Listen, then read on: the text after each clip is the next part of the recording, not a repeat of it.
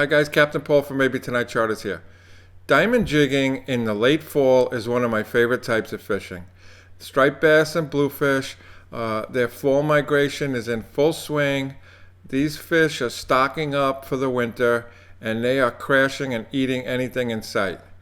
So what I like to do is head out there with an assortment of diamond jigs, drop them down, and you get on the fish. You can load them up till your arms fall off. The diamond jig is pretty durable lure. Stands up well to the repeated attacks from the stripers and the sharp teeth of the bluefish. But like anything else in a saltwater environment, eventually it's going to get in some pretty rough shape. You're going to start having hooks rust out.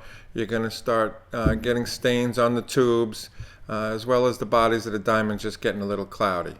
There's a couple of things you can do to spruce them up and keep them usable, and that's what I'm going to show here today. Okay, so here's a couple of examples of what I was talking about, how your jigs can get a little out of shape. Got a couple of different sizes here. You can see this tube is all stained from the rust. The barrel's gone. It's not very reliable looking. There's some corrosion on, some staining going on the diamond part here. That's a A47, 4 ounces. This is an A67. This is 6 ounces. You can see here I've already changed this one. Barrel swivel shot. Again, the hook is stained. This one here, A27. Hook is rusted, and the bluefish got our tail on this one. This one's wore out. So we're going to replace all of those. You really have two options when it comes to this. If you look, these jigs, both ends, these are fixed rings right here. So we really don't have any option. It's you're limited in how you want to connect your hooks. So these tubes, they come in all sorts of different colors, sizes, styles. In addition, you can get them with an open eye as such, like this, where you'll just cut the hook.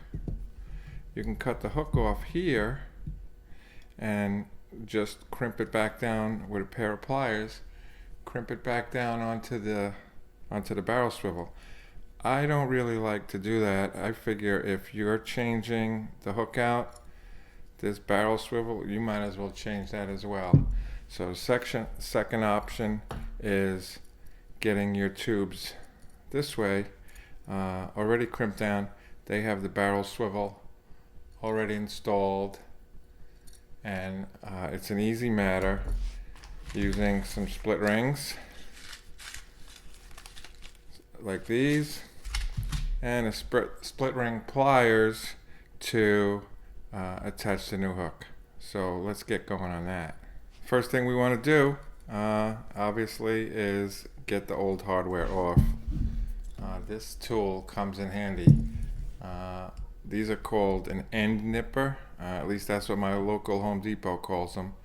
It's basically a plier with really strong jaws down here.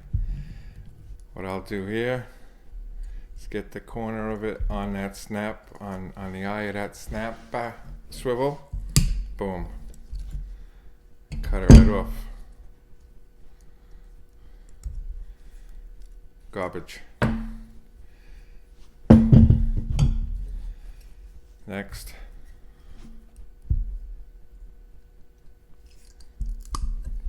And it really goes through it like butter. Garbage. Alright, let me finish these up and then we're gonna go to the next step. So the next step, I would just take some cheap jewelry cleaner and I put it in a Tupperware. This Tupperware comes with a cover, so when you're done you just put the cover on there and it's ready for next time. Here I've got my jigs. Pour just enough in here to cover these. You don't need very much. We're just gonna drop them in there and let them soak for a couple minutes.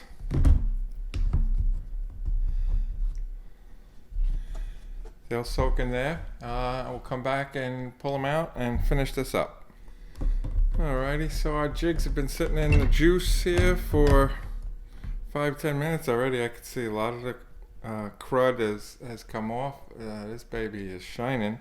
I just roll them around in the blanket here a little bit. Beautiful. You are obviously not going to get when there's scratches in the finish and stuff like that. But whenever you have that salt, that minor corrosion where it starts getting that green tarnish, this jewelry cleaner does a nice job getting it off of there. So let's dry these guys. We'll get these guys out of here and then get some hooks back on them. Looks good. Alright, so like I mentioned, there was two ways of getting these. You can get them just open eye, or you can get them already with the barrel on there with the eye closed over. This particular one, just to demonstrate, I just cut the hook off and left the barrel on. So we're literally just, here you can see the eye of that barrel, the eye of the hook is open. So we're just going to take the barrel swivel that I left on. That's okay shape. I would still cut it off and replace it, but we'll just put it through the eye of the hook here, like so. Get that tube down, make sure it's out of your way, and then with just a big pair of pliers, we're just going to squeeze that down and close the eye up. Turn it over a little bit, and there it's closed. So we have a jig that the hook was rusted out, stained up. It's like brand new. Okay, that's that one. So now the way I prefer to do this is to use the hook already crimped with a barrel swivel, and that's what we're going to use on this. This is an A27. This particular hook here, it's a little bit larger. This is the 8.0. Generally I would use 6.0 on this size. The 8.0 would go on this A67s, but it's all I have here tonight, so that's what we'll put on here. I don't think the fish are going to mind, because this is a fixed ring here and this is a fixed ring there. There's really no way to get those together, right? So what's going to come in is a split ring. This is a stainless steel split ring. This particular one is 80 pound, and it matches up well with the A47s, A67s, which is really the heaviest diamond. I may have one or two with the 87s, the 8-ounce one, but majority of mine are the 27s, 47s, or 67s, 2 ounce up to 6 ounces.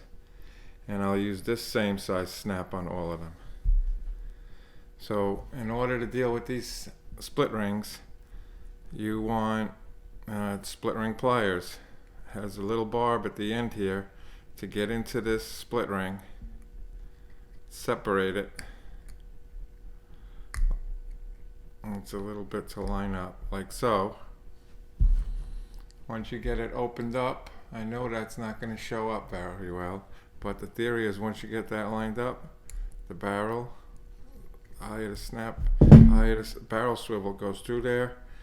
And this is basically just like a small version of the keychain. Get one side and then you just spin it so that it's on there like so. Now we're going to open this up. In order to connect it to the actual jig, we've got to open it up one more time. This end goes through here once again, and we're going to repeat the process. Just spin it on. There you go. Doesn't take much time. And it's brand new. It looks good, nice and shiny, good strong hardware, and new hooks and tubes, no stains. So that'll do it for now. I hope this video helps you out there, and we'll see you all next time. Thanks for watching now.